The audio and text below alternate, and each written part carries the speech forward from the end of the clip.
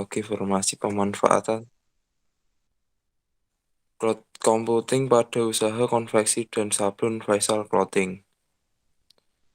Yang pertama, teknologi informasi telah menjadi bagian yang sangat penting dalam setiap rencana bisnis.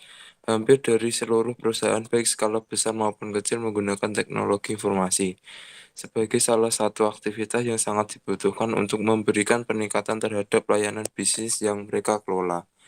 Teknologi informasi telah banyak digunakan untuk mendukung proses bisnis yang terjadi pada perusahaan baik bidang ekonomi maupun perbankan. Dengan hadirnya aplikasi-aplikasi dan layanan e-business, e-commerce, e-banking, dan lain-lain, kebutuhan efisiensi waktu dan biaya menyebabkan setiap pelaku bisnis merasa perlu menerapkan teknologi informasi dalam lingkungan kerja. Penerapan teknologi informasi menyebabkan perubahan pada pola kebiasaan kerja, misalnya penerapan Enterprise Resource Planning atau ERP. Kemudian kreativitas. Arti dari kata kreativitas sendiri adalah menciptakan sesuatu yang berbeda dari yang lain atau menghubungkan hal-hal yang tadinya tidak berhubungan. Hal-hal itulah sejatinya diperlukan para wirausahawan. Yang dimaksud dengan wirausahawan adalah pengusaha, tetapi tidak semua pengusaha adalah wirausahawan. Wirausahawan adalah pionir dalam bisnis, inovator, penanggung resiko yang mempunyai penglihatan visi ke depan dan memiliki keunggulan dalam berprestasi di bidang usahanya. Ada dua aspek penting pada kreativitas, yaitu proses dan manusia. Proses yang berorientasi tujuan yang didesain untuk mencapai solusi suatu permasalahan. Sedangkan manusia merupakan sumber daya yang menentukan solusi. Proses tetap sama, tetapi pendekatan yang digunakan dapat bervariasi antara wirausahawan yang satu dan yang lainnya. Pastilah melakukan cara atau strategi yang berbeda dalam membangun bisnisnya. Dalam berpikir kreatif untuk beberapa orang memang sulit, tetapi bagi anak-anak mungkin kreativitas masih sangat luas karena pemikiran mereka masih terbatas. Tetapi semakin bertambah dewasa seseorang kreativitas seperti sudah terbatas dan hal ini menjadi hambatan untuk berpikir kreatif. Hambatan tersebut bisa berasal dari banyak hal dan faktor seperti hambatan yang dibuat sendiri. Hal ini karena adanya pengaruh pendidikan dan budaya. Hambatan lainnya adalah tidak berusaha merubah kenyataan atau menerima padanya, misalnya orang tersebut terpaku dengan apa yang telah mereka alami selama ini. Untuk inovatif, arti dari inovatif adalah menciptakan sesuatu yang belum pernah ada atau menciptakan sesuatu yang sama sekali berbeda.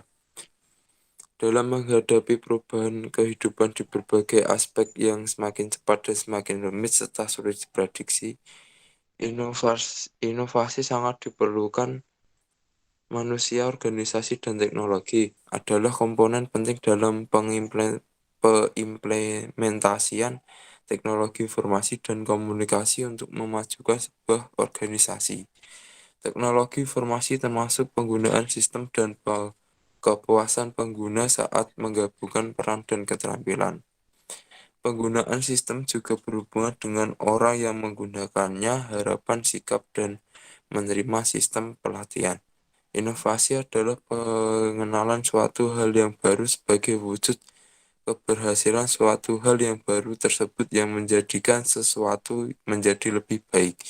Inovasi juga dapat dinyatakan sebagai perwujudan kombinasi atau sintesis ilmu pengetahuan asli relevan produk yang bernilai baru sebuah proses atau jasa. Saat ini peran teknologi informasi dan komunikasi sangat berdampak positif. Namun jika itu dipergunakan dengan baik, maka akan berdampak jika tidak baik maka berdampak negatif yang yaitu dapat menghambat dalam mencapai tujuan organisasi. Kemudian pada temanya cloud computing. Cloud computing bisa bersifat publik atau privat. Public cloud merupakan layanannya secara publik di internet. Sementara di lain sisi private cloud hanya menyediakan layanannya ke orang-orang tertentu. Juga ada opsi hybrid yang mengkombinasikan baik public cloud maupun private cloud. Cloud computing adalah cara penggunaan sumber daya komputer berdasarkan bisnis model sewa atau bayar sesuai dengan pemakaian, tanpa pengelolaan aktif langsung oleh pengguna. Secara teknologi, cloud computing memanfaatkan kumpulan komputer besar yang terpusat di data center dan dioperasikan oleh perusahaan cloud service provider. Sumber daya ini diakses melalui jaringan internet dan dipergunakan untuk menyimpan, mengelola, dan memproses data. Manfaat menggunakan cloud computing. Cloud computing atau komputasi awan adalah metode penyampaian berbagai layanan melalui internet. Sumber daya yang dimaksud contohnya adalah aplikasi seperti penyimpanan data, server, database, jaringan, dan perangkat lunak. Daripada menyimpan banyak file di hard drive atau penyimpanan lokal di komputer atau handphone. Penyimpanan berbasis cloud memungkinkan organisasi maupun perusahaan menyimpan file selama Anda memiliki akses ke internet. Cloud computing merupakan opsi yang populer karena memiliki banyak keuntungan seperti irit biaya, meningkatkan produktivitas, kecepatan, efisiensi, performa, dan keamanan. Maka itu tak heran banyak perusahaan atau orang-orang yang menggunakan cloud untuk menyimpan data. Cara kerja cloud computing, mekanisme akses ke cloud computing mungkin dapat dijalankan dengan beragam cara, mulai dari akses standar LAN maupun intranet dengan sedikit aplikasi icon atau klien, sampai kepada proses ekstranet dan internet melalui browser yang terhubung ke sebuah portal aplikasi dari penyedia layanan cloud computing. Protokol aplikasi yang digunakan pun dapat beragam, tapi hal ini tidaklah terlalu signifikan bila dilihat dari sisi pengguna akhir, di mana pengguna akhir cukup mengetahui bagaimana cara mengakses dan mempergunakan jasa layanan yang terdapat cloud computing. Jenis cloud computing software as a service melibatkan suatu lisensi aplikasi perangkat lunak pada penggunanya. Lisensi ini biasanya diberikan melalui metode pay as you go atau on demand. Tipe seperti ini bisa ditemukan di Microsoft Office 365.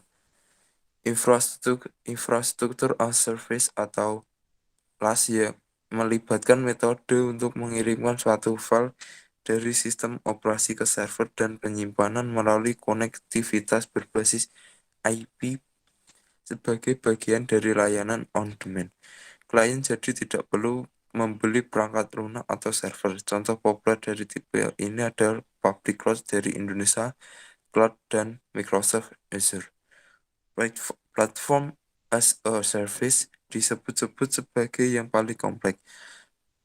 Pas hampir mirip dengan SaaS, tapi perbedaan paling besarnya adalah alih-alih mengirim suatu perangkat lunak via online, PAS sebenarnya adalah platform yang membuat perangkat lunak yang dikirimkan melalui internet. Contoh PAS seperti Salesforce.com dan Heroku. Implementasi cloud computing pada bidang bisnis. Cloud computing sebenarnya bukanlah hal yang baru, sebenarnya kita sudah menggunakan konsepnya namun belum berkembang sampai saat ini. Berikut contoh penggunaan konsep pembuatan kerangka kerja komputasi secara online. Sebuah portal internet yang memiliki berbagai fasilitas layanan umum atau aplikasi, mulai dari surat elektronik, email, forum diskusi, sampai dengan penyimpanan dokumen dengan media penyimpanan yang sangat luas sampai pada mekanisme berbagai dokumen seperti Forsyth, Indo-Webster, Mediaver, dan lain-lain, layanan blog, dan sebagainya. Kesemuanya disediakan dalam sebuah tempat hingga membantu usaha konveksi seperti semua request desain sablon dan sebagainya dapat dipermudah. Layanan software as a Service atau SaaS dari berbagai vendor teknologi informasi terkemuka mulai dari layanan pemindaian virus secara online hingga layanan pemindaian spam dan sebagainya. Kesimpulan, semakin cepatnya perkembangan teknologi informasi dan komunikasi menuntut manusia untuk mencoba membuat perubahan di segala jenis kehidupannya yang tujuannya adalah mendapatkan hasil maupun kondisi yang terbaik yang dapat dicapai. Banyaknya sektor kehidupan yang ada diharapkan membuka inovasi baru bagi kita untuk menciptakan sesuatu yang baru untuk kemajuan peradaban manusia. Persaingan yang keras dalam dunia bisnis tentunya sangat membutuhkan suatu perusahaan yang dapat menangani hal itu di berbagai situasi yang menantang. Semua bisnis tentunya juga membutuhkan semua informasi yang sangat aktual, cepat, dan dapat dipercaya yang mana bisa semua permasalahan tersebut hanya bisa diselesaikan melalui teknologi informasi. Saran untuk kemajuan teknologi komputer maka diharapkan perkembangan teknologi ke depannya mampu mengubah pola pikir dan menjadikan masyarakat Indonesia menjadi masyarakat kreatif dan inovatif, serta tumbuhnya kreativitas hingga menghasilkan suatu karya yang berguna bagi manusia. Diharapkan dengan adanya teknologi dapat dimanfaatkan sesuai dengan kegunaan sebenarnya yang mampu mencerdaskan bangsa bukannya untuk menghancurkan moral bangsa. Kemajuan teknologi di masa mendatang diharapkan dapat membantu semua jenis pekerjaan manusia sehingga mereka mampu menyelesaikan pekerjaan mereka dengan cepat. Karena di masa depan teknologi akan semakin canggih dan semua pekerjaan dikerjakan dengan sistem terkomputerisasi. Terima kasih, Pak. Oke, lanjut yang lain yuk. Waktunya masih. Siapa lagi yang mau presentasi? Ayo silakan. Ya, si Arlita. Share screen Arlita. Ya, Arlita.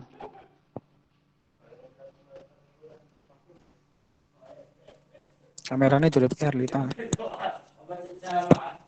Kameranya dulu kita Arlita.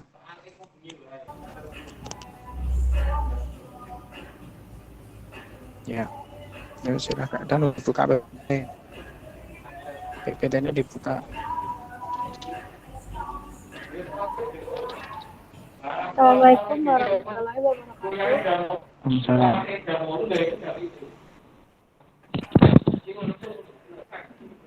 Di sini saya akan mempresentasikan pemanfaatan artificial intelligence pada portable smart mirror.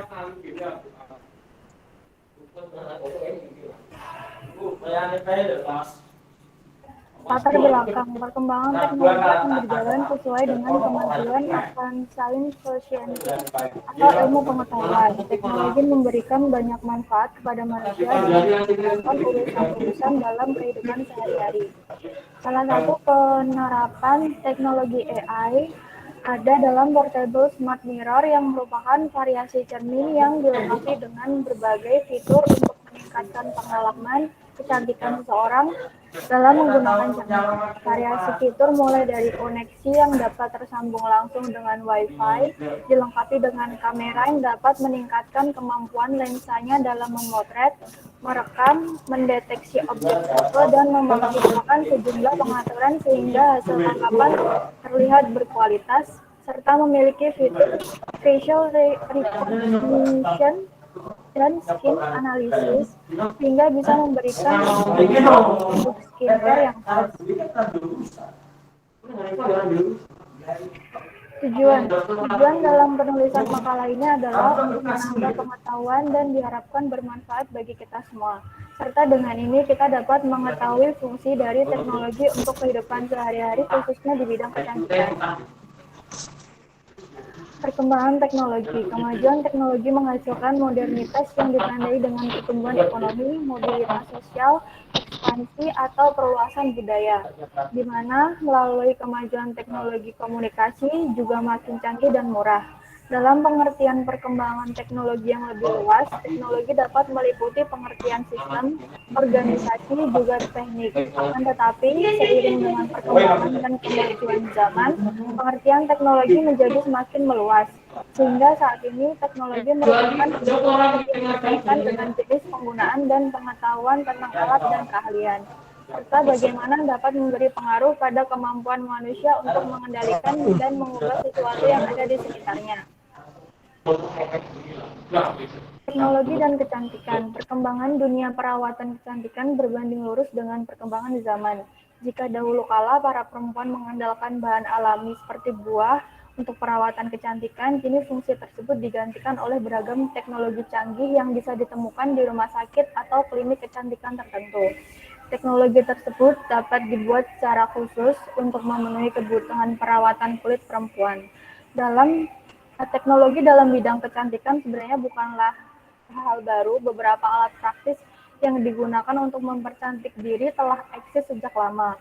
Beberapa pakar kecantikan dan teknologi saling bekerja sama untuk membuat hal-hal baru yang mempunyai tujuan yang sama, yaitu membuat perawatan kecantikan semakin praktis dan efektif. Penerapan teknologi di bidang kecantikan. Hampir semua merek kecantikan memanfaatkan berbagai teknologi, mulai dari AI atau kecerdasan buatan, AR untuk menjaga pelanggan tetap berpartisipasi dalam pasar yang sangat kompetitif. Teknologi AI semakin akurat dalam mendiagnosis keadaan kulit. Skin Diagnosis Tool berbasis AI yang menjawab kegelisahan seputar penuaan kulit. Tools diagnosis ini menggunakan algoritma machine learning yang dikembangkan. Model penerapan kekuatan AI di tool ini adalah dapat menyampaikan rekomendasi produk-produk yang biasa dibeli para pembelanja produk kecantikan. Yang perlu dilakukan pelanggan adalah melakukan foto selfie di depan kamera. Teknologi lalu akan menganalisis atau ada atau tidaknya penuaan pada kulit. Contohnya kerutan di bawah mata, berkurangnya kekenyalan kulit, garis-garis pada paras, cerah tidaknya kulit, bintik hitam, pelebaran pori-pori. Selesainya menganalisis, layanan akan menyajikan rekomendasi produk-produk yang disesuaikan menggunakan kebutuhan pelanggan. Portable Smart Mirror, cermin pintar yang dapat menampilkan waktu, cuaca, kalender, berita, dan pembaruan media sosial. Teknologi ini digerakkan oleh Raspberry Pi atau PC dikombinasikan dengan pengenalan suara dan teknologi sentuh. Ketika diaktifkan dalam mode smart, cermin ini akan berubah menjadi touchscreen tablet yang bisa tersambung Wi-Fi dengan aplikasi built-in Facebook, Instagram, Spotify, YouTube, dan lain-lain. Memiliki built-in kamera yang memungkinkan untuk dapat mengambil foto yang berguna untuk menganalisis kulit mulai dari perubahan lingkaran hitam, kemerahan, hingga ukuran pori-pori.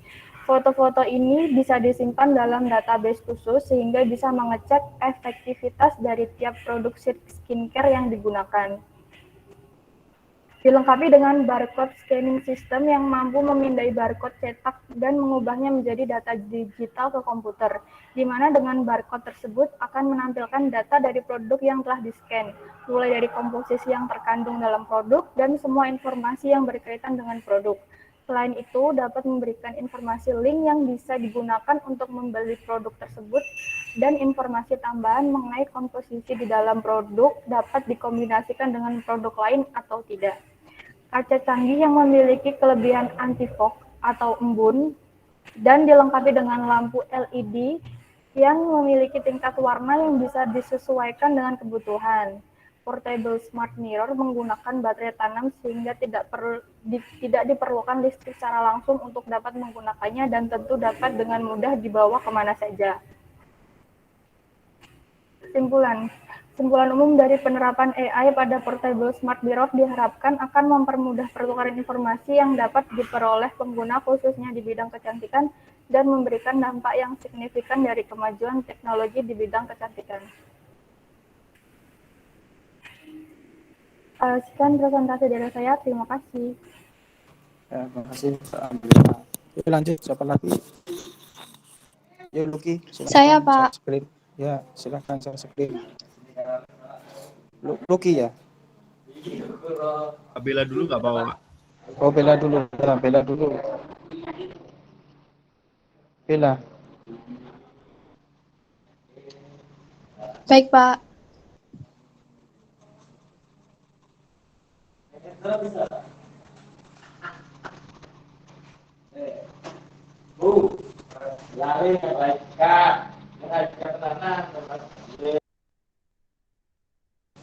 Kameranya dinyalakan, Bella.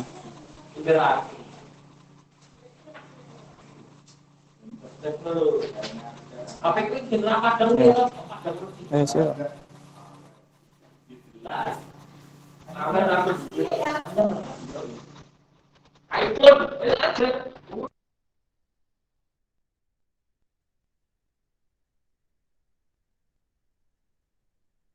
Suaranya belum masuk, Bella. Masih di mute. Masih ke mute di tempat. Ya. Yang kamu kan pakai 2 device toh? Iya, Iya, pakai ya. Nah, yang kamu mau gunakan untuk dipakai handset itu yang mana? Yang HP atau apa? yang laptop, Pak. Oh ya, Yang ya sudah laptop. bisa. Sudah masuk. Ya. Oke, silakan. Assalamualaikum warahmatullahi wabarakatuh. Di sini saya akan mempresentasikan pemanfaatan teknologi telemedicine pada layanan pengobatan herbal Shinsei. Latar belakang, Indonesia menjadikan lockdown untuk membatasi penyebaran COVID-19 dalam bentuk pembatasan sosial berskala besar atau PSBB. Kebijakan PSBB yang dikeluarkan berdampak pada seluruh aspek keseharian, termasuk kesulitan masyarakat untuk mendapatkan akses layanan kesehatan tradisional. Sehingga perkembangan teknologi saat ini mempengaruhi pelayanan kesehatan tradisional yang maksimal untuk menunjang efisiensi sumber daya dan sumber dana. Dunia pengobatan herbal menjadi salah satu profesi yang memiliki peran penting dalam pelayanan kesehatan berbasis teknologi. Praktisi pelayanan kesehatan tradisional Tionghoa Indonesia yang lebih dikenal dengan sebutan Shinsei sudah tidak asing bagi masyarakat Indonesia. Pengobatan Shinsei adalah metode pengobatan yang memadukan obat-obatan herbal berkhasiat tinggi dengan resep pengobatan Cina kuno yang telah berusia ribuan tahun dan pedoman Feng Shui yang menyeimbangkan 5 unsur alam, kayu, api, tanah, logam, air. Kondisi ini sangat memungkinkan penerapan teknologi telemedicine untuk menunjang sistem komunikasi jarak jauh antara tabib dan pasien. Telemedicine dapat diartikan sebagai proses pengobatan meliputi diagnosis dan terapi dari jarak jauh. Proses tersebut menggunakan jaringan telekomunikasi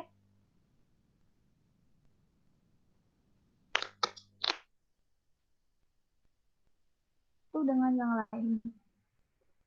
Rumusan masalah. Berdasarkan latar belakang di atas, rumusan masalah dalam makalah ini adalah apakah yang dimaksud dengan telemedicine serta bagaimana peranan telemedicine dalam pelayanan kesehatan di bidang pengobatan herbal.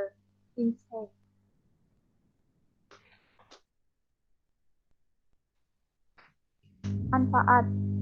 Penulisan makalah ini bermanfaat untuk menambah khazanah pengetahuan penulis dan pembaca tentang perkembangan teknologi pelayanan kesehatan di bidang pengobatan herbal Shinsei. Diharapkan dapat bermanfaat sebagai masukan kepada para tenaga pelayanan kesehatan di bidang pengobatan herbal Shinsei dalam usaha meningkatkan kualitas pelayanan kesehatan tradisional.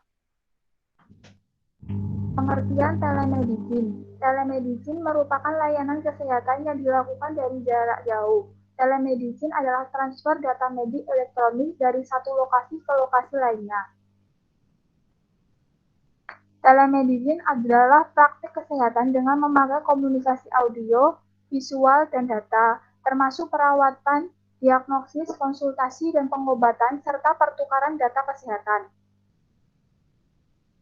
Aplikasi ini bisa sangat sederhana, misalnya dalam bentuk 2 profesional kesehatan berdiskusi tentang suatu kasus melalui telepon atau menggunakan telekonferensi, atau sangat canggih menggunakan teknologi satelit untuk mengirimkan konsultasi antara provider pada fasilitas yang berbeda negara menggunakan telekonferensi atau teknologi robotik. Manfaat telemedicine menyangkut dalam dua aspek yang saling terkait satu sama lain, yaitu pasien dan tabib. Manfaat langsung bagi pasien adalah mempercepat akses pasien ke pusat-pusat rujukan, mudah mendapatkan pertolongan sambil menunggu pertolongan langsung dari dokter-dokter pribadi. Pasien merasakan tetap dekat dengan rumah di mana keluarga dan sahabat dapat memberikan dukungan langsung, menurunkan stres mental atau ketegangan yang dirasakan di tempat kerja. Peranan telemedicine dalam pelayanan kesehatan di bidang pengobatan herbal sensei. Semua harus bekerja keras untuk mencegah semakin masifnya penyebaran virus corona di Indonesia. Namun sebagai upaya pencegahan tentu saja perlu ada pembatasan bagi masyarakat yang ingin mendapatkan pelayanan kesehatan tradisional. Sehingga mereka yang awalnya hanya sakit ringan tidak perlu mengunjungi fasilitas layanan kesehatan tradisional karena beresiko tertular COVID-19. Oleh karena itu, perlu solusi yang tepat untuk mencegah COVID-19 menulari pasien sakit ringan tanpa mengesampingkan kebutuhan medis mereka. Telemedicine adalah solusinya, dapat membantu menekan penyebaran COVID-19. Telemedicine adalah salah satu jalan keluar yang paling tepat, bisa tetap melayani kesehatan tradisional tanpa perlu melakukan kontak langsung dengan tabib. Kesimpulan, telemedicine merupakan salah satu alternatif yang dapat digunakan selama pandemi untuk mendekatkan pelayanan kesehatan kepada masyarakat, serta menjadi alternatif pertama untuk mengatasi permasalahan yang dialami oleh klien, sehingga dapat menentukan apakah keadaan yang dialami membutuhkan tindakan segera, tindakan kolaborasi yang mampu diatasi secara online, atau memerlukan upaya tindakan kegawat daruratan, sehingga pembatasan interaksi langsung tetap dapat dilakukan dan masalah yang terjadi dapat tetap teratasi sesuai dengan tingkat kebutuhannya. Saran, jika telemedicine digunakan di Indonesia, fasilitas internet diperbaiki agar memudahkan pasien jarak tempuh jauh dapat dilayani dengan baik. Sekian dari saya, terima kasih. Terima kasih Mbak Bella. Yuk, lanjut siapa Luki tadi Luki. Luki.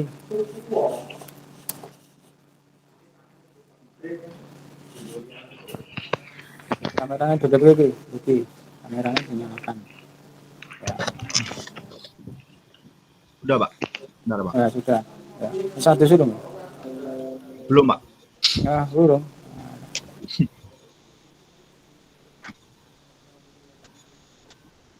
Ya, sebelumnya Assalamualaikum warahmatullahi wabarakatuh. Waalaikumsalam. Saya akan mempresentasikan hasil kerja saya yang berjudul pemanfaatan sistem LED dan sensor sentuh dalam pengembangan keset jam waker digital. Latar belakang.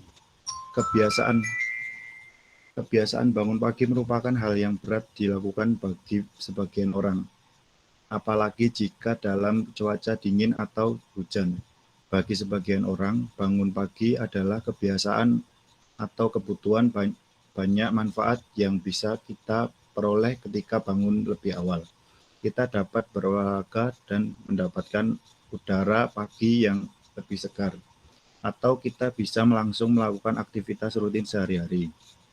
Dan selanjutnya, salah satu alat untuk membangunkan kita agar dapat bangun pagi ialah jam alarm.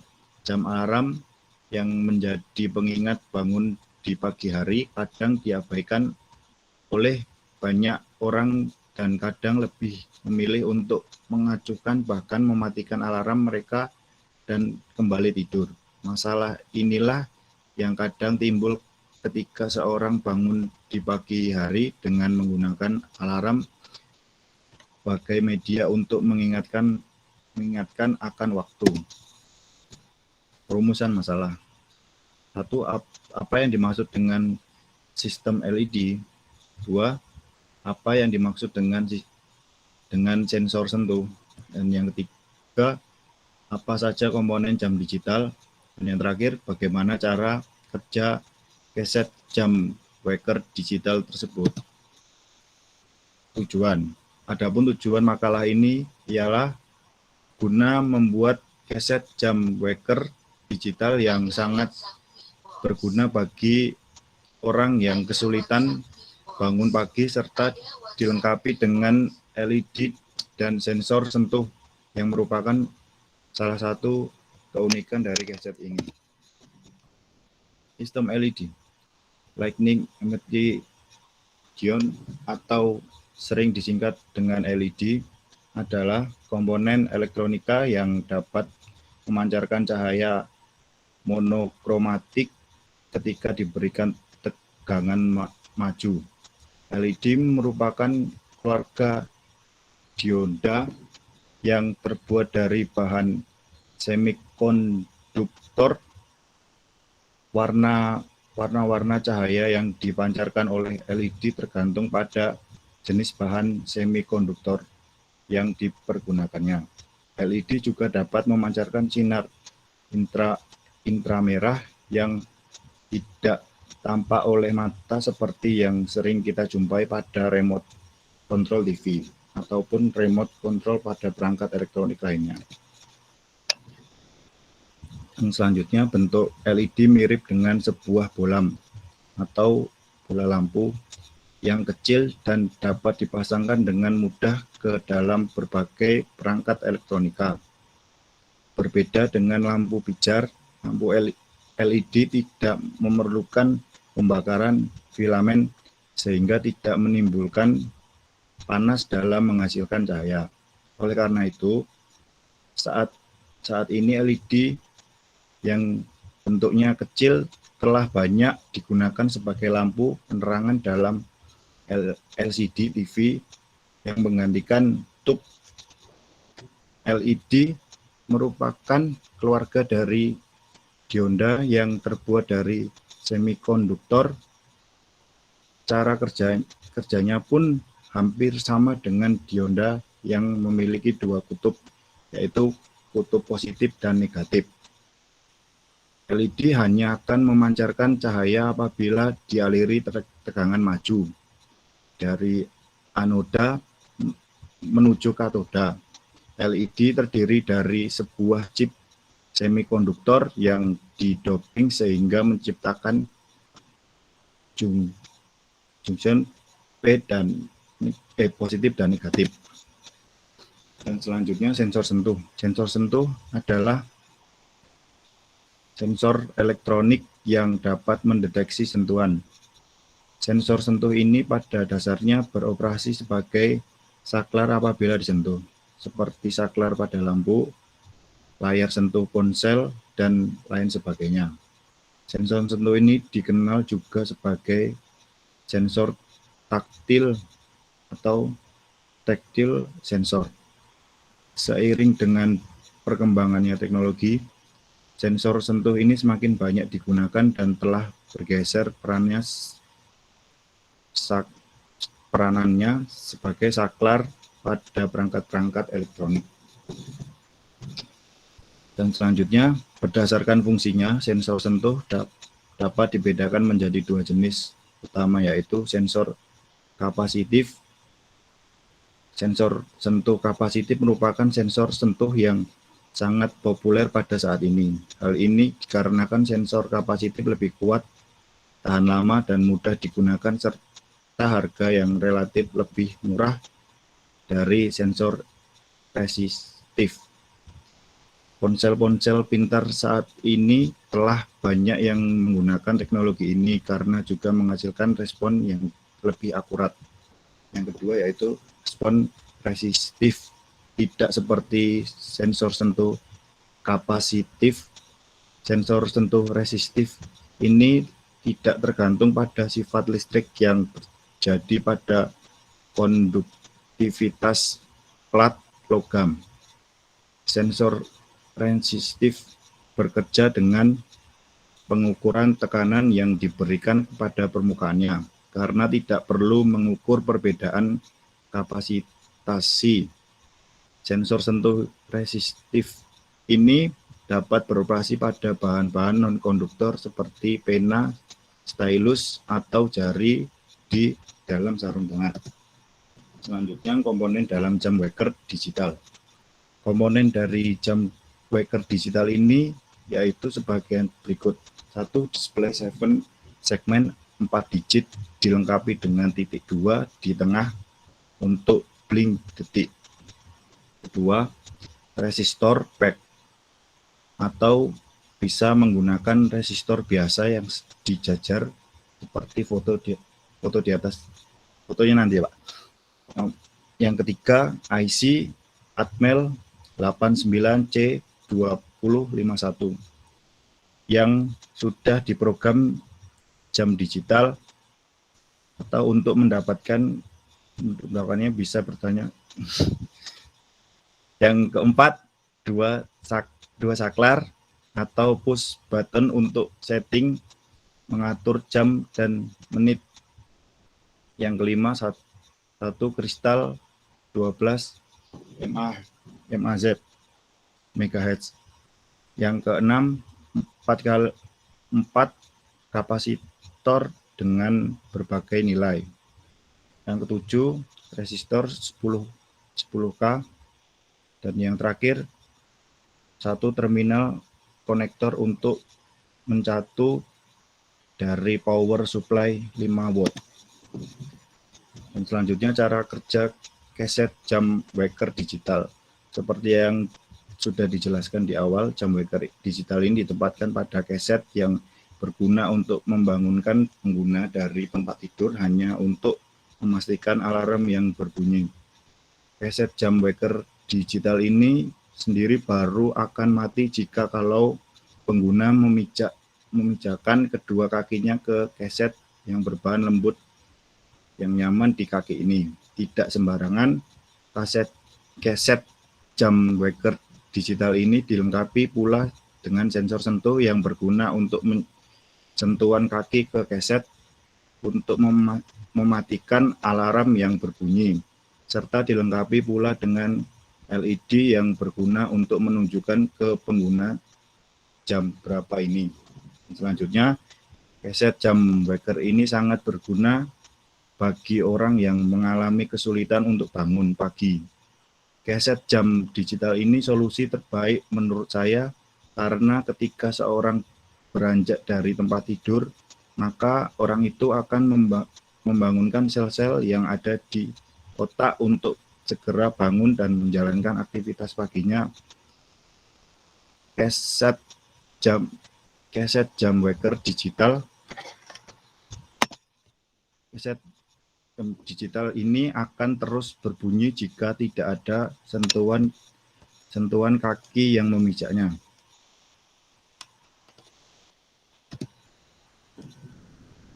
Inilah contohnya gambar keset jam waker. Dan yang terakhir, kesimpulan, salah satu alat untuk membangunkan kita agar dapat bangun pagi ialah jam alarm. Jam alarm yang menjadi pengingat bangun di pagi hari kadang diabaikan oleh banyak orang dan kadang lebih memilih untuk mengacukan bahkan mematikan alarm mereka dan kembali tidur. Masalah inilah yang kadang timbul ketika seorang bangun dari pagi hari dengan menggunakan alarm sebagai media untuk mengingat akan waktu. Keset jam waker digital merupakan solusi tepat bagi seorang yang mengalami kesulitan bangun pagi untuk melakukan aktivitas pagi harinya. Sekian, Pak. Oke, makasih. Yuk lanjut, siapa lagi? Siapa lagi, ayo? Saya, Pak. Ya, silakan.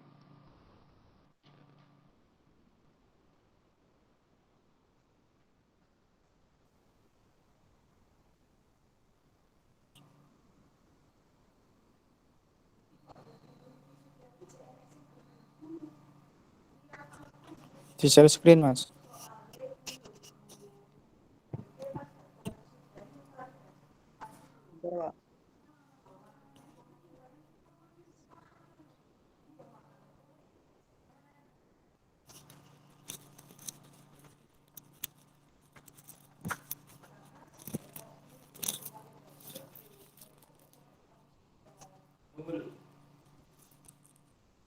Kameranya dinyalakan.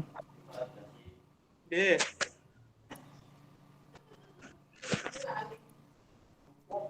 Bismillah. Assalamualaikum warahmatullahi wabarakatuh. Waalaikumsalam. Di kesempatan kali ini saya ingin sedikit menjelaskan tentang semat trans pemilih sampah organik, anorganik, dan logam berbasis Arduino Uno. Latar belakang.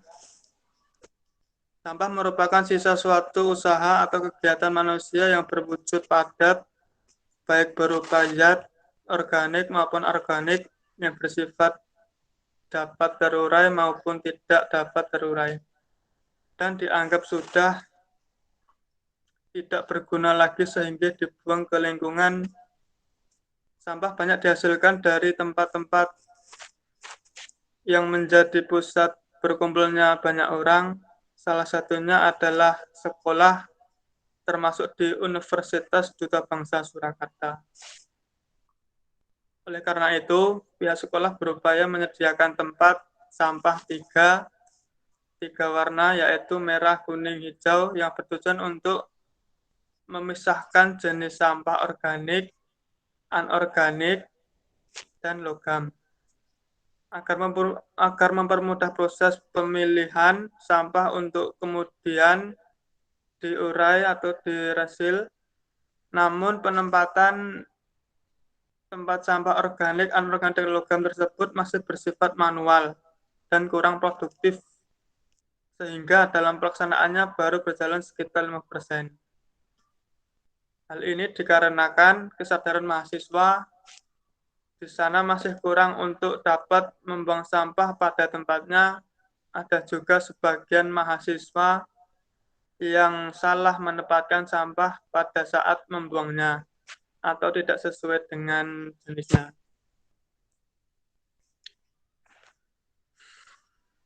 Perumusan masalah. Berdasarkan latar belakang yang telah diuraikan, maka perumusan masalah dalam makalah ini yaitu bagaimana merancang suatu alat berupa sematras pemilah sampah organik, anorganik, dan logam berbasis Arduino Uno.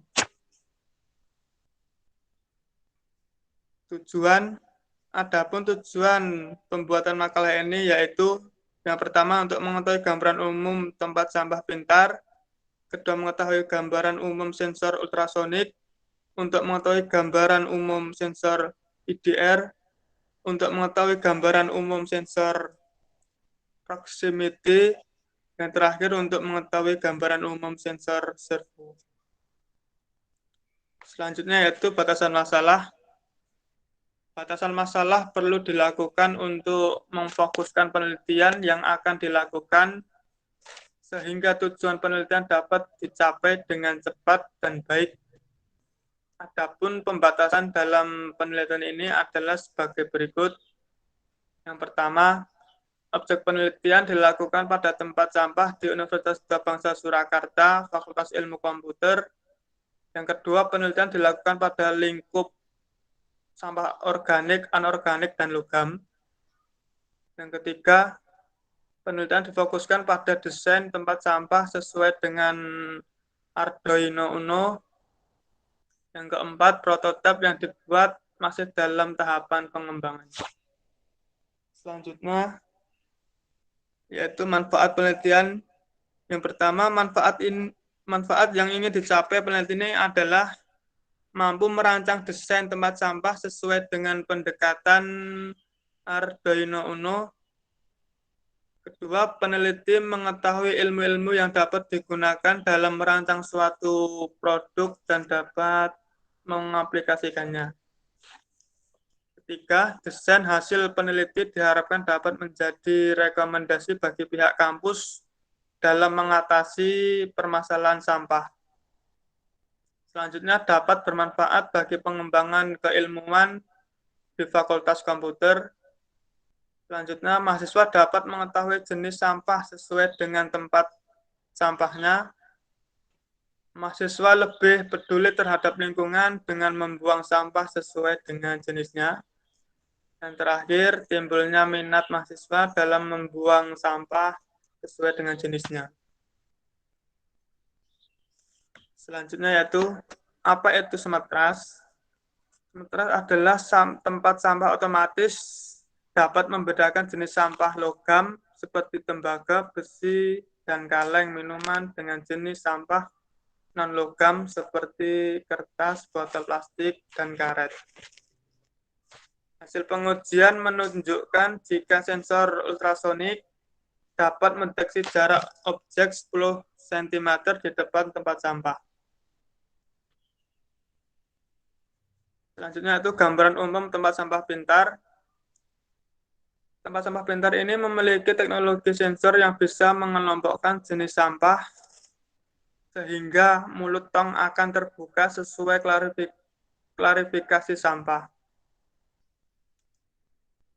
Misalnya sampah rumah tangga, terus sampah metal, sampah plastik, bahkan sampah kaca. Alat berupa smart trash atau tempat sampah pintar yang akan memilih jenis sampah organik, anorganik, dan logam secara otomatis berbasis Arduino Uno. Alat ini memiliki sensor yang akan mendeteksi seseorang yang hendak membuang sampah dan akan menganalisis jenis bahan dasar sampah yang dibuang. Alat ini juga memiliki sistem mekanik yang berfungsi untuk memilih sampah. Tempat sampah dapat dirancang membuka dan menutup otomatis, serta dapat membedakan jenis sampah logam dan non-logam. Tempat sampah otomatis dapat membedakan jenis sampah logam seperti tembaga, besi, dan kaleng minuman dengan jenis sampah non-logam seperti kertas, botol plastik, dan karet.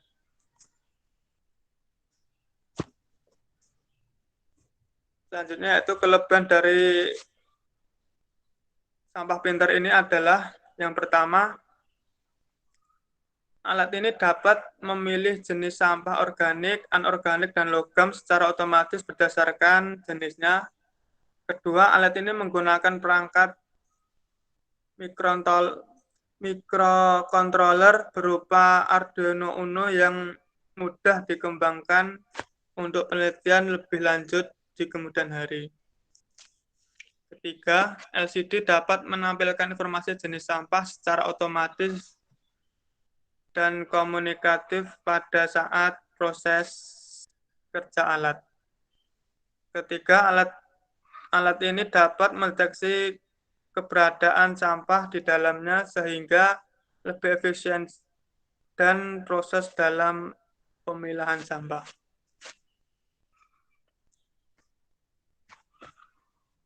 Sementara kekurangan dari smart trash atau tempat sampah pintar ini yaitu yang pertama, alat ini masih berupa prototipe sehingga banyak evaluasi yang masih perlu dilakukan agar siap untuk diimplementasikan. Kedua, alat ini tidak dapat memilah sampah yang berbeda jenis dalam waktu yang bersamaan. Diperlukan posisi yang pas pada saat meletakkan sampah di dalam alat agar dapat terbaca dengan baik oleh sensor proximity.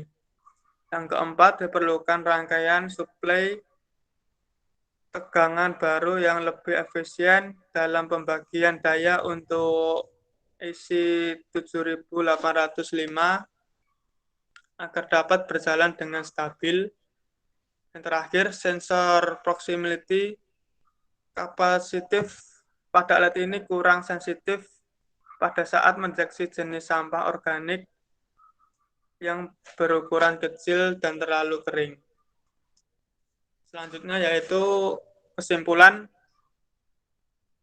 Sampah pintar ini dapat bekerja dengan cara mendeteksi keberadaan seseorang yang akan membuang sampah pada jarak kurang dari 50 cm dengan sensor ultrasonik. Setelah itu, tutup tempat sampah pintar akan terbuka dan tertutup secara otomatis setelah 3 detik. Sampah yang dibuang ke dalam alat akan terdeteksi oleh sensor LDR, kemudian jenis sampah akan dideteksi oleh sensor proximity, kapasitif, dan proximity induktif. Selanjutnya LCD akan menampilkan jenis sampah dan akan ditempatkan pada bak penampung sampah yang terdapat pada bagian sematras sesuai dengan jenisnya. Kesempatan terakhir yaitu secara keseluruhan sistem kerja dari sematras pemilih sampah organik, anorganik, dan logam berbasis Arduino Uno dapat berfungsi dengan baik sesuai dengan rancangan yang telah dibuat. Yang terakhir yaitu saran. Alat ini belum bisa memilah sampah yang berbeda jenis secara kebersamaan sehingga perlu ditambahkan fungsi pada alat agar dapat bekerja secara maksimal.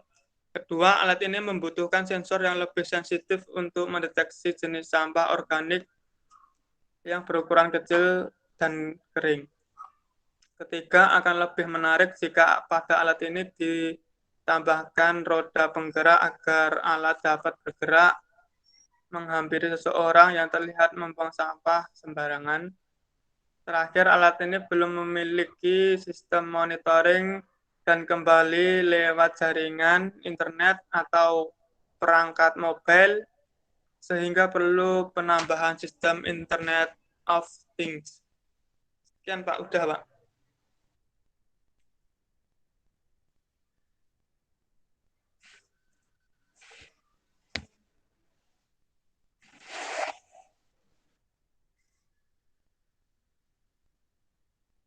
Sudah Mas, sudah. Mas sudah Mas Ali. Pak, sudah. Ya, yang lain yuk. Siapa lagi? Saya, Pak. Ya silakan, Linda. Share screen Linda.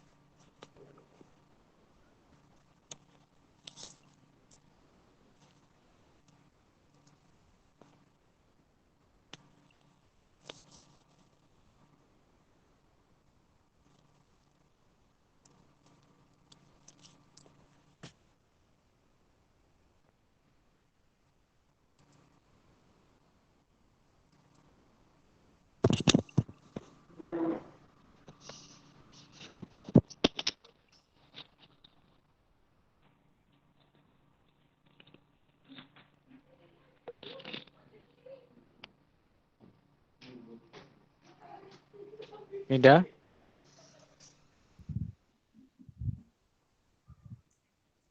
Sebentar, Pak. Ya. Pak, lain dulu.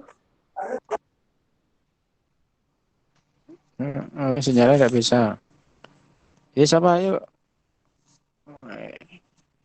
Ya. Yuk ya, siapa ya? Yuk. Udah? Saya, Pak, persiapan. Ya silakan. Oh ya, silakan. Sarah.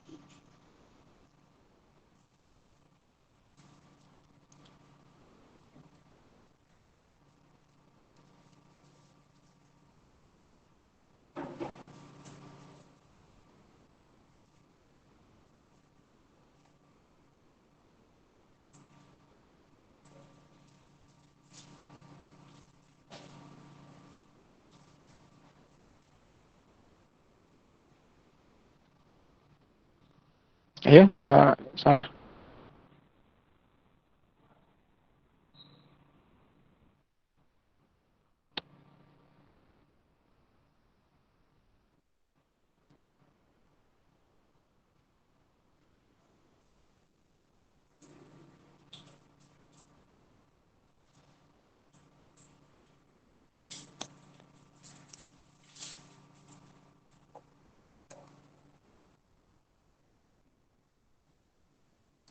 Kameranya dinyalakan dah, salah.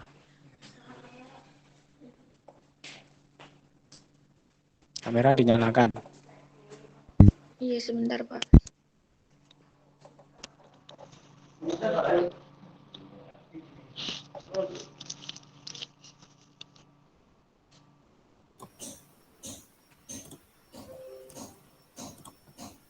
Sudah muncul, Pak. Ya sudah.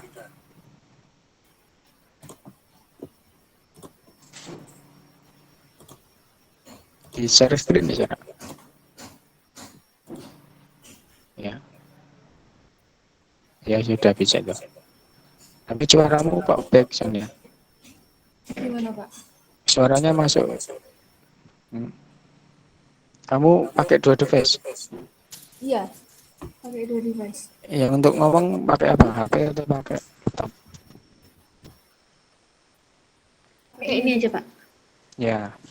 Yang laptop kecilkan suaranya. Terus kameranya dinyalakan. Kedengeran nggak, Pak? Ya, yang satu dimatikan, yang satu di mute. Anunya dikecilkan, di mute terus dikecilkan. Yang tidak pakai untuk ngomong. Sudah, Pak. Sudah, Pak. Itu nyala semua. Sebentar. Ya.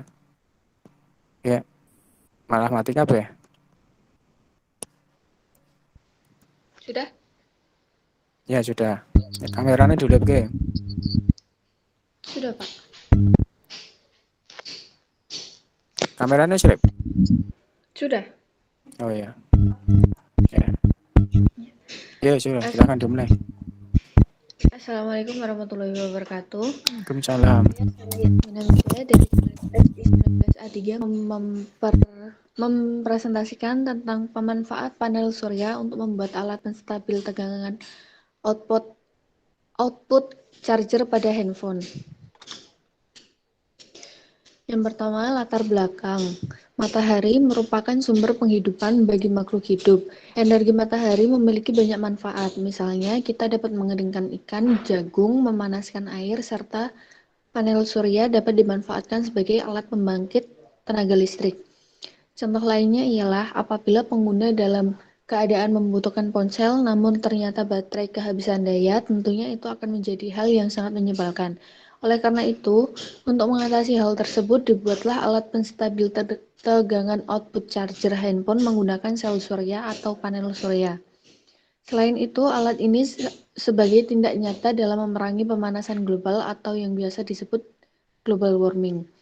Penstabil tegangan output charger handphone menggunakan tenaga surya ini adalah suatu alat pengisi daya baterai handphone yang dilengkapi komponen penstabil tegangan. Komponen utama charger handphone dengan panel surya ini adalah solar cell yang berguna untuk mengubah energi matahari menjadi energi listrik arus searah secara langsung. Rumusan masalah. Yang pertama, apa yang dimaksud dengan panel surya? Yang kedua, apa saja jenis-jenis panel surya? Yang ketiga, bagaimana prinsip kerja panel surya? Yang keempat, bagaimana membuat suatu alat penstabil tegangan output charger handphone menggunakan tenaga surya. Lalu ada tujuan. Adapun tujuan makalah ini ialah guna membuat alat penstabil tegangan output charger dengan memanfaatkan tenaga matahari atau panel surya dapat menjadi alternatif dikala baterai habis saat tidak ada listrik, serta mampu mengurangi pemanasan global atau global warming. Lalu ada pengertian panel surya. Panel surya adalah alat yang di dalamnya terdiri dari sel surya yang dapat mengubah cahaya matahari menjadi listrik. Sel surya merupakan perangkat berbasis semikonduktor yang mampu mengubah cahaya matahari langsung menjadi energi listrik. Panel surya sering disebut sebagai sel fotovoltaik yang dapat diartikan sebagai cahaya listrik. Panel surya juga memiliki kelebihan menjadi sumber energi yang praktis dan ramah lingkungan mengingat tidak membutuhkan transmisi seperti jaringan listrik konvensional, karena dapat dipasang secara modular di setiap lokasi yang membutuhkan. Lalu ada struktur panel surya.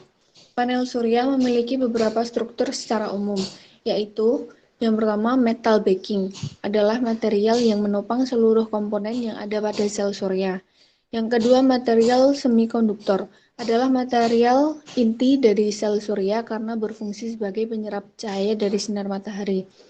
Yang ketiga, ada kontak metal.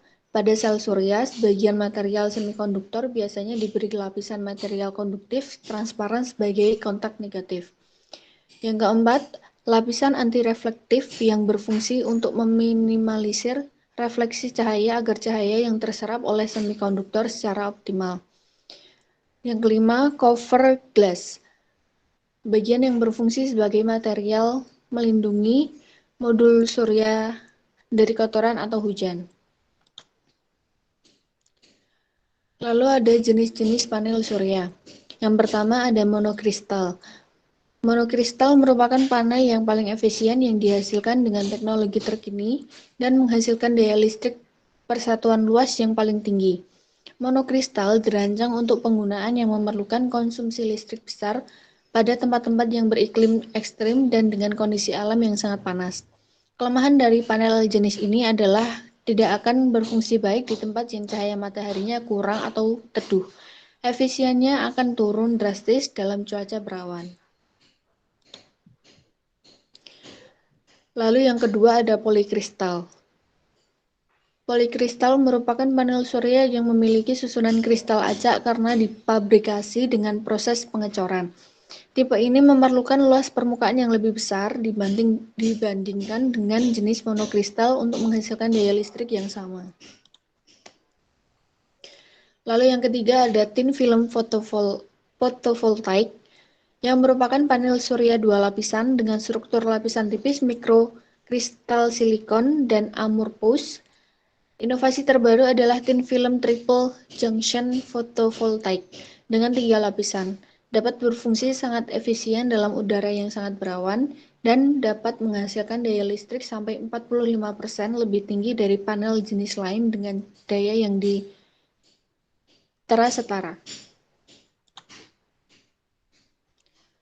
Lalu ada prinsip kerja panel surya.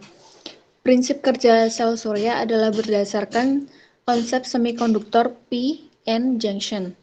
Pada sel surya terdapat junction antara dua lapisan tipis yang terbuat dari bahan semikonduktor yang masing-masing diketahui sebagai semikonduktor jenis P positif dan semikonduktor jenis N negatif. Ketika semikonduktor tipe P dan tipe N disambungkan, maka akan terjadi difusi hole dari tipe P menuju tipe N dan difusi elektron dari tipe N menuju tipe P. Difusi tersebut akan meninggalkan daerah yang lebih positif dan batas tipe N dan daerah lebih negatif pada batas tipe P. Batas tempat terjadinya perbedaan muatan pada P dan N junction disebut dengan daerah deplesi. Adanya perbedaan muatan pada daerah deplesi akan mengakibatkan munculnya medan listrik yang mampu menghentikan laju difusi selanjutnya. Lalu medan listrik tersebut mengakibatkan munculnya arus drift. Namun arus ini terimbangi oleh arus difusi sehingga secara keseluruhan tidak ada arus listrik yang mengalir pada semikonduktor PN junction. Ketika junction disinari, foton akan mempunyai energi sama atau lebih besar dari lebar pita energi material tersebut akan menyebabkan eksitasi elektron dari pita valensi ke pita konduksi dan akan meninggalkan hole pada pita valensi. Elektron dan hole ini dapat bergerak dalam material sehingga menghasilkan pasangan elektro-hole apabila ditempatkan hambatan pada terminal Maaf, Pak.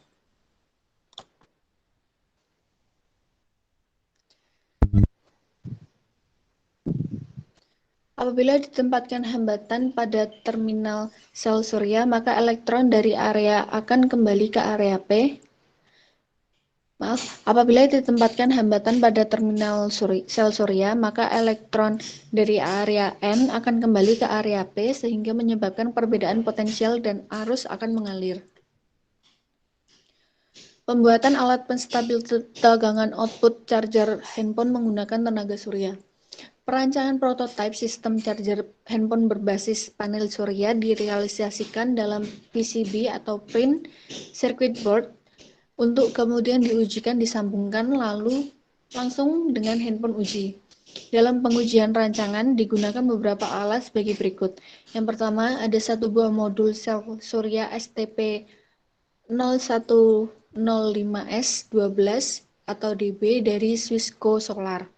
Yang kedua ada 3 buah alat ukur, yaitu yang pertama multimeter digital SMC87, yang kedua ada voltmeter Hell CR45 rank 30 volt, dan yang ketiga ampere meter CR45 rank 300 mA untuk mengukur tegangan dan arus pada sistem charger.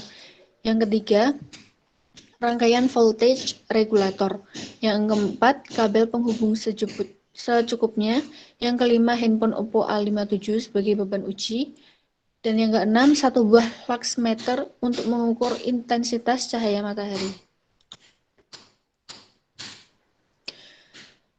Uji coba sistem charger dilakukan dengan langsung menyambungkan rangkaian ke handphone uji, dan karena sistem akan mencharger baterai yang sudah terpasang pada handphone, maka untuk mengetahui apakah baterai sudah penuh atau belum dimanfaatkan indikator baterai yang bisa dilihat di layar baterai.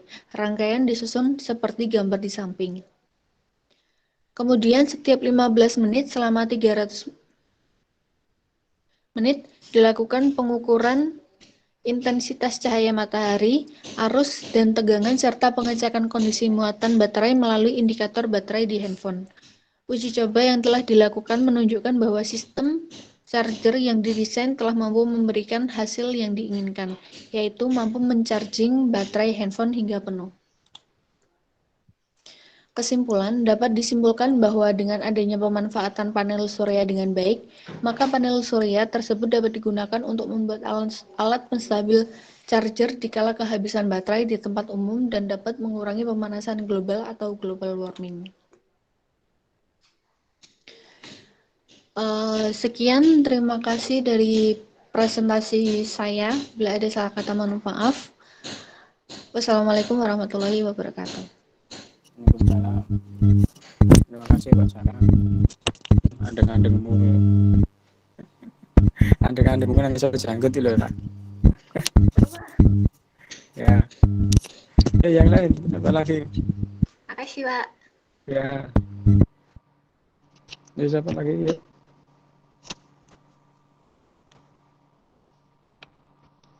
Ayo, siapa yang belum? Bila mau sih tidak Bila. Bila langsung. Sampun, Bila Pak. sudah ya? Ya, sing mau siapa ya? Sing kasih dong siapa? Winda, Pak. Winda mana? Malah metu. Ya, yang lain yang belum, ayo. Masih banyak loh yang belum.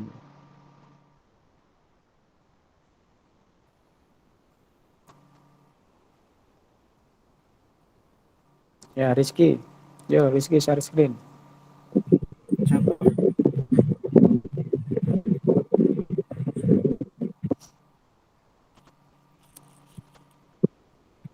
Kameranya duduk kayak gini.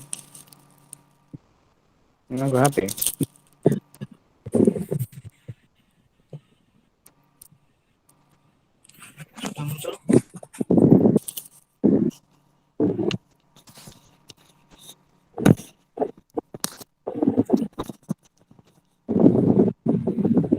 Assalamualaikum warahmatullahi wabarakatuh. Kali ini saya akan mempresentasikan makalah tentang sistem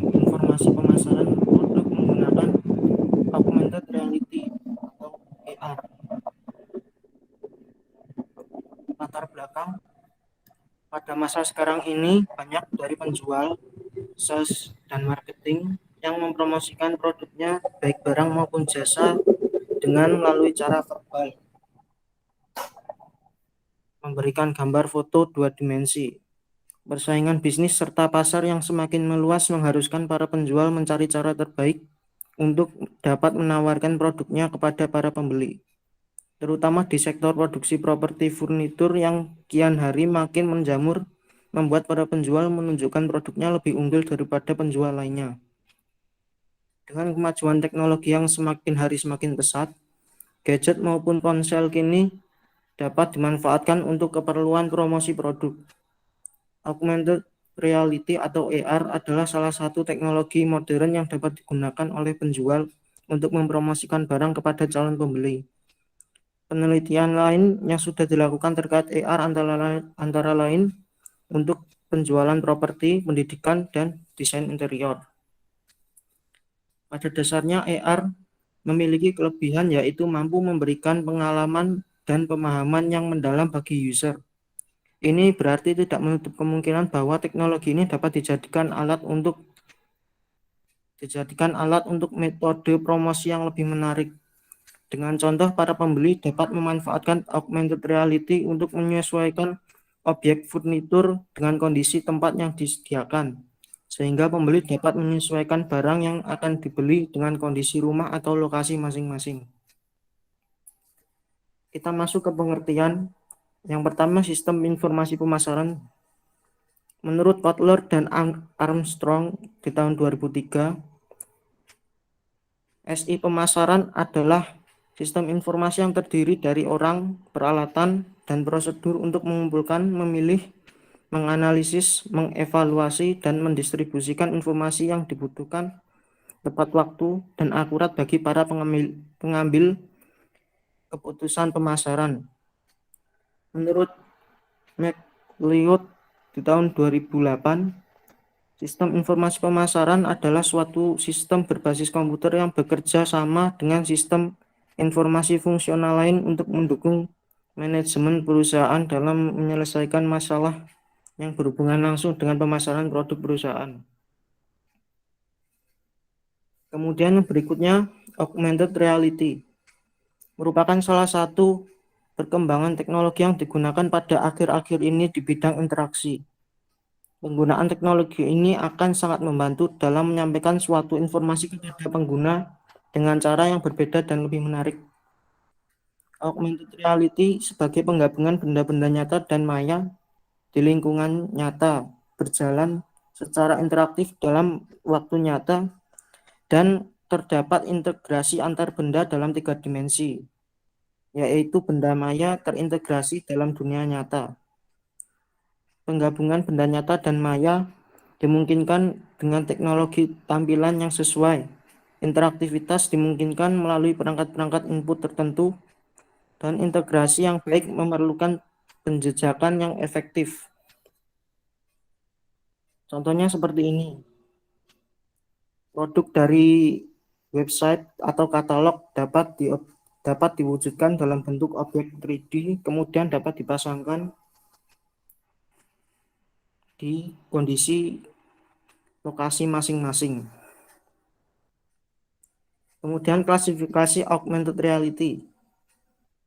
Yang pertama adalah marker based tracking augmented reality, yaitu sebuah metode yang memanfaatkan marker yang biasanya berupa ilustrasi hitam putih berbentuk persegi atau lainnya dengan batas hitam tebal dan latar belakang putih. Melalui posisi yang diharapkan pada sebuah kamera komputer atau smartphone, maka komputer atau smartphone akan melakukan proses menciptakan dunia virtual 2 dimensi atau 3 dimensi. Yang kedua adalah markerless augmented reality. Dengan metode ini pengguna tidak menggunakan sebuah marker untuk menampilkan objek 3 dimensi atau yang lainnya. Sekalipun dinamakan dengan markerless, namun aplikasi tetap berjalan dengan melakukan pemindaian terhadap objek. Namun ruang lingkup yang akan dipindah lebih luas dibandingkan dengan marker based tracking. Kelebihan utama augmented reality dibandingkan virtual reality adalah pengembangannya yang lebih mudah dan murah, sehingga tidak seperti virtual reality yang sampai saat ini masih digunakan secara terbatas oleh kalangan tertentu. Augmented reality merebak secara cepat ke berbagai bidang yang bahkan belum dapat dijangkau oleh pendahulunya. Kelebihan lain dari cara kerja augmented reality yaitu dapat diimplementasikan secara luas dalam berbagai media, sebagai aplikasi dalam sebuah smartphone, konsol game, dalam bingkisan sebuah produk, bahkan media cetak seperti buku, majalah, atau koran. Cara kerja augmented reality dalam pemasaran produk. Cara kerja augmented reality adalah bekerja berdasarkan deteksi citra, dan citra yang digunakan adalah marker. Prinsip kerjanya adalah kamera yang telah dikalibrasi akan mendeteksi marker yang diberikan. Kemudian setelah mengenali dan menandai pola marker, webcam akan melakukan perhitungan apakah marker sesuai dengan database yang dimiliki. Bila tidak, maka informasi marker tidak akan diolah. Tetapi bila sesuai, maka informasi marker akan digunakan untuk merender dan menampilkan objek 3 dimensi atau animasi yang telah dibuat sebelumnya. Contohnya seperti ini, objek nyata dari dunia nyata, misalnya seperti ini, furnitur, dapat ditempelkan melalui marker yang sudah ditempelkan di objek, misalnya di lantai. Kemudian bisa disesuaikan lokasinya atau bentuknya seperti apa, ukurannya seperti apa, bisa disesuaikan. Jadi kesimpulannya adalah fungsi augmented reality dalam pemasaran adalah untuk mengambil objek dunia nyata sebagai dasar dalam pemasaran melalui teknologi virtual serta menambahkan data konseptual supaya bisa dipahami manusia secara jelas melalui proyeksi 3 dimensi. Dengan augmented reality, diharapkan semua persoalan pada sektor-sektor kehidupan dapat diselesaikan. Contohnya pada bidang pemasaran, AR dapat menyediakan display produk melalui proyeksi 3 dimensi benda-benda maya secara real time. Objek virtual dikonversi ke dunia nyata untuk meningkatkan efisiensi penggunaan media iklan yang interaktif seperti katalog atau brosur. Teknologi augmented reality dapat menyampaikan isi atau pesan yang terkandung dalam katalog atau brosur divisualisasikan dalam bentuk virtual sehingga penjualan atau pemasaran suatu produk terkesan lebih hidup. Sekian dari makalah saya, kurang lebihnya mohon maaf. Terima kasih. Terima kasih Mas Devi. Ya, siapa lagi? Ada lagi? Wida enggak? Wida belum masuk. Pak, saya pakai HP boleh nggak? Soalnya mati lampu Boleh, di sini. boleh. Ya, silakan.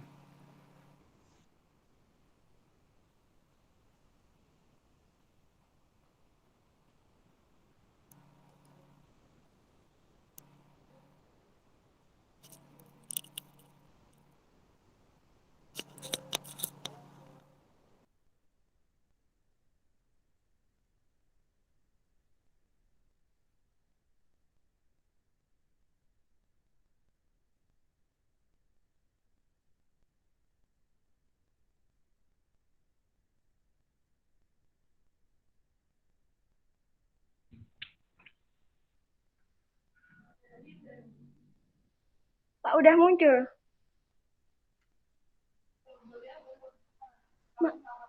Sudah? Masa? Ya, sudah. Udah. Assalamualaikum warahmatullahi wabarakatuh. Di sini saya akan mempresentasikan aplikasi donasi COVID berbasis mobile untuk wilayah Sukoharjo.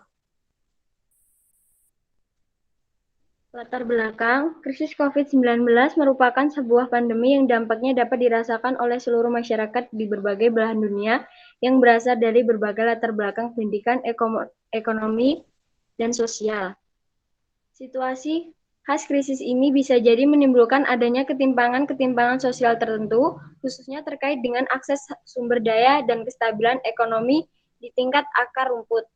Atas dasar itu, penulis mengadakan penggalangan dana atau donasi bagi para masyarakat terdampak COVID-19, mulai dari kalangan pekerja harian hingga pekerja medis, dengan melakukan penggalangan dana terhadap masyarakat umum. Penyalahgunaan atau salah menyalurkan sumbangan dapat mengakibatkan menyimpang dari makna sumbangan atau donasi itu sendiri. Adanya sistem informasi dan teknologi masa kini membuat kegiatan manusia dapat dikurangi dan dibantu dengan sebuah sistem yang terintegrasi oleh perangkat komputer. Dengan demikian, ada sebuah pemikiran mengenai kegiatan sumbangan dalam bentuk sistem informasi yang berupa prototipe. Dengan sebuah prototipe ini akan dibuat sebuah sistem untuk melakukan sumbangan atau donasi yang disimbolisasikan dengan sebuah poin sebagai sarana donasinya, di mana poin tersebut digunakan oleh donatur atau user untuk ke penerima sumbangan atau target. Kemudian poin yang bergerak tersebut akan direkapitulasi menjadi sebuah sistem informasi kegiatan sumbangan yang terjadi. Pembahasan metodologi pada penelitian prototipe aplikasi donasi online ini merupakan metode siklus hidup pengembangan sistem atau lebih dikenal dengan SDLC, System Development Life Cycle. Yang pertama, ada tahap perencanaan sistem. Tahap ini dilakukan dari pengumpulan data apa saja yang diperlukan, yaitu sebuah data sampel masyarakat. Untuk mendapatkan sebuah data sampel masyarakat, penulis melakukan kunjungan ke kantor Kabupaten Sukoharjo untuk meminta izin mensurvei penduduk tidak mampu. Tahap analisis sistem. Tahap analisis dilakukan setelah melakukan tahap perencanaan. Tahap ini menganalisis sistem yang akan dibuat oleh penulis. Tahap ini penulis menggunakan dua teknik, yaitu teknik wawancara dan teknik observasi sistem yang dibuat. Tahap ketiga, perancangan. Tahap perancangan dilakukan untuk membuat desain dan rancangan sistem yang akan dibuat, yaitu menggunakan data yang telah dikumpulkan. Kemudian dilakukan perumusan mengenai perencanaan basis data, perancangan sistem secara umum, dan perancangan sistem secara detail. Perancangan basis data. Tahap ini dimulai dengan menggunakan model ERD, relasi tabel, dan spesifikasi tabel. B. Perancangan secara umum. Tahap ini dimulai dengan menggunakan DFD dan flowchart. DFD mendeskripsikan alur informasi dan transformasi pada saat data diproses dari masukan menjadi keluaran. Flowchart menggambarkan sistem yang akan dikembangkan ke dalam sebuah diagram alur. Flowchart program selalu dimulai dengan start dan diakhiri dengan selesai. Perancangan sistem secara detail. Tahap ini dimulai dengan perancangan struktur navigasi dan perancangan form-form yang digunakan sebagai media komunikasi. Penggunaan sistem yang ada agar tersusun secara detail. Tahap implementasi. Tahap implementasi dilakukan setelah perancangan selesai dibuat. Pada tahap ini dilakukan pembuatan aplikasi sistem direktori berbasis mobile. Kesimpulan, dengan adanya aplikasi dapat dimanfaatkan untuk mempermudah para relawan dalam mengolah data penduduk yang terdampak COVID dan mencari donatur untuk membantu penduduk tersebut, serta dapat memudahkan donatur dalam melakukan pencarian data. Data yang dapat dicari berupa data berdasarkan kecamatan, data kelurahan di Kabupaten Sukoharjo yang terdampak parah. Dengan demikian, donatur dapat memberikan bantuannya dengan memilih data yang ada di Kabupaten Sukoharjo yang benar-benar membutuhkan. Sudah, Pak.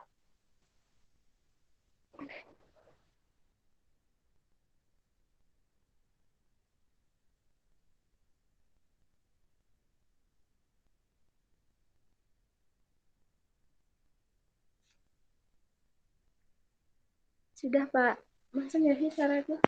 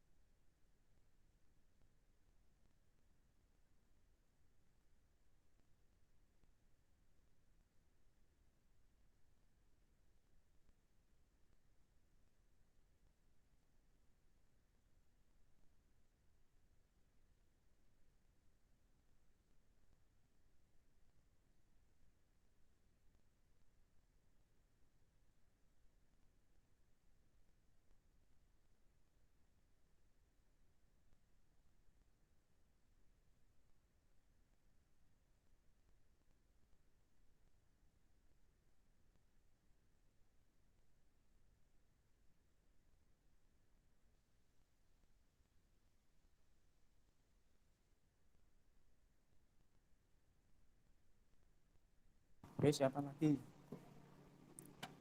Siapa lagi? Wis Ra, enek Ra. Halo?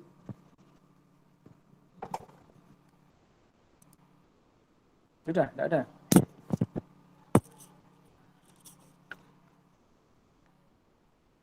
Ya berarti masih ada beberapa yang belum ya. Berarti dilanjutkan besok yang belum, yang sudah nanti dikirim ke link di e-learning ya. Semua ya. Semua dikirim ke e-learning ya Mbak ya, Mas. Pak, saya kemarin Ya. kirimnya itu minggu kemarin nggak apa-apa, Pak. Minggu kemarin dikirim lagi ya di sini, di link yang ini. Yang baru. Yang baru, yang di link yang baru ini. Ya. Iya, Pak. Ya. Iya. Oke. Baik itu, terima kasih untuk hari ini, kita lanjutkan minggu depan. Ya, terima kasih. Assalamualaikum warahmatullahi wabarakatuh. Waalaikumsalam. Terima kasih, Pak. Waalaikumsalam.